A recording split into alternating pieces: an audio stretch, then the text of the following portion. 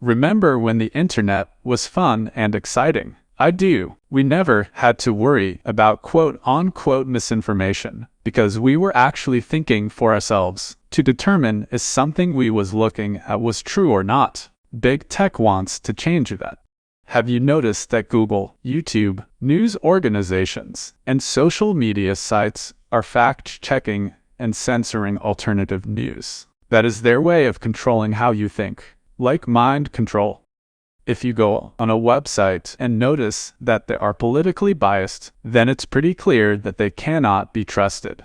I remember the news and internet in the 90s. Everything was more neutral and open than it is now. I miss those days.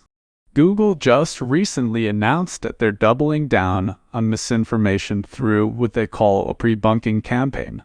Their goal is to train people to spot misinformation before they come across it.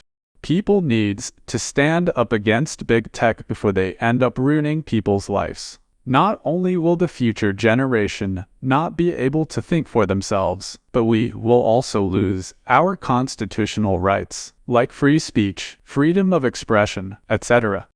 There are many people out there who believes that these companies are legally allowed to do this, which is not true, unless they're a private news organization, because they don't let everyone write articles.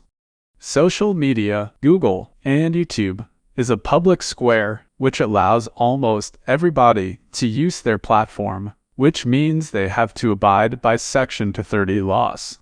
Section 230 gives organizations an option. They can either be legally held liable for what people post on their platform to be able to censor, or they have to let everyone freely talk without censorship to avoid legal issues from what other people says.